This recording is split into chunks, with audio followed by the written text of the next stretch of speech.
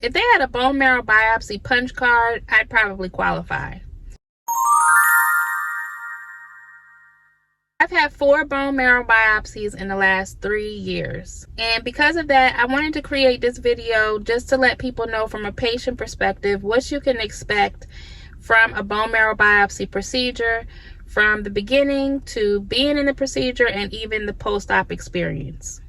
For those that don't know, a bone marrow biopsy is a procedure where they take a sample of your bone marrow and they use a specific kind of needle to extract the sample.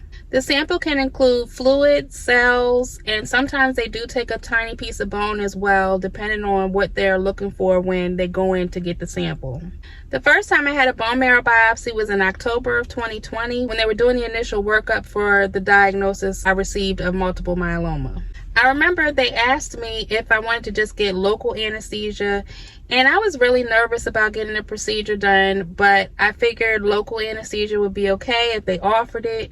So I decided to go that route for the first procedure I had. When I got into the procedure room and they started it and they put that needle inside of my hip, I immediately felt the needle in my bone. Like, it was just an intense amount of pressure, and I'm sure it was reduced because of the local anesthesia, but I definitely felt it. It was a lot of pressure, and every time they took a sample, I felt like this squeezing sensation every time they pulled the sample. So it was very intense. I remember I was crying. It was way more than I anticipated based on what they told me in the initial meeting about the biopsy. When you go in for the procedure, you usually have a couple people in the room with you. You'll have the nurse, you'll have the person who's doing the procedure, and you'll have someone who's collecting the sample. And that person comes in and they have those, remember in science class, they had those tiny glass slides. They'll come in with those little glass slides and they'll take the sample and smear it on there so they can do the research they need to do on your sample. So when you go into the room, they're going to have you lie down on your side, and they're going to ask you to bring your knee up to your chest because they want to access the site better. And the site is going to be like your upper hip, iliac crest region. So that's where they're going to numb you up, and they'll give you the numbing so that they can get started. The whole procedure takes maybe 15 to 20 minutes at most, and a lot of that is prep.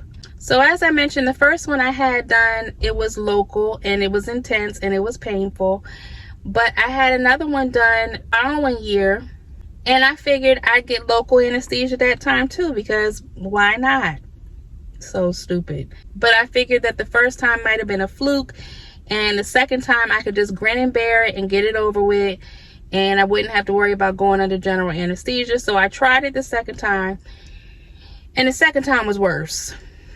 Much worse, because they couldn't even get a good sample that time. They attempted to get a sample 4 or 5 times. So that was like 4 or 5 times that they were trying to go into that bone and get a sample out. So at that point, the nurse who was there, who was very apologetic and very kind, recommended that I don't get bone marrow biopsies unless I'm under general anesthesia. So when she put that note in my medical file, I was all on board for that, because by that time I was worn out by these bone marrow biopsies and I needed some extra sedation.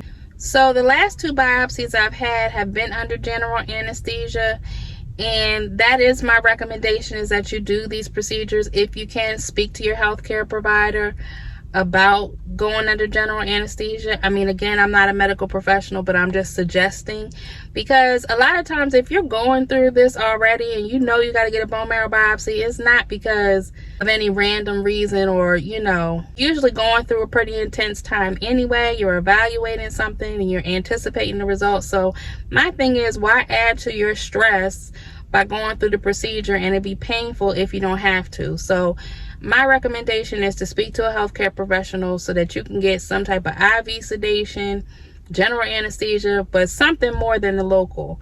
And I do know that there are some people I've spoken to who've gone under local and they feel just fine. And my hat is off to them. They're very brave. I don't know how they do it, but that's not for me. I've done it twice with the local, and yeah, I'm here to tell you, get some sedation if you can. Also, let me know in the comments if you feel so inclined about whether you're about to go through this procedure or have had a bone marrow biopsy before. I'm just interested to see who else is going through this experience and your story.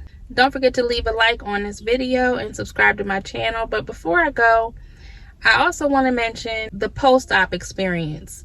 So after you're done, it is going to take a few days for you to really not feel any soreness or tenderness from the site. So be gentle with yourself because your bone is healing, just going through this whole procedure. So just know that you might experience pain after the procedure. It won't be sharp pain like you would get with the procedure, but you'll still feel some soreness after it's over. So that's when you want to connect with your medical doctor to get a good pain management plan in place. And just remember to take it easy. That's my recommendation and my experience with getting a bone marrow biopsy. It's not a walk in the park, but you can get through it. But as I said before, try to get as much assistance as you can. So thanks for watching this video. Don't forget to like, comment, and subscribe. And I'll see you in another video. Bye.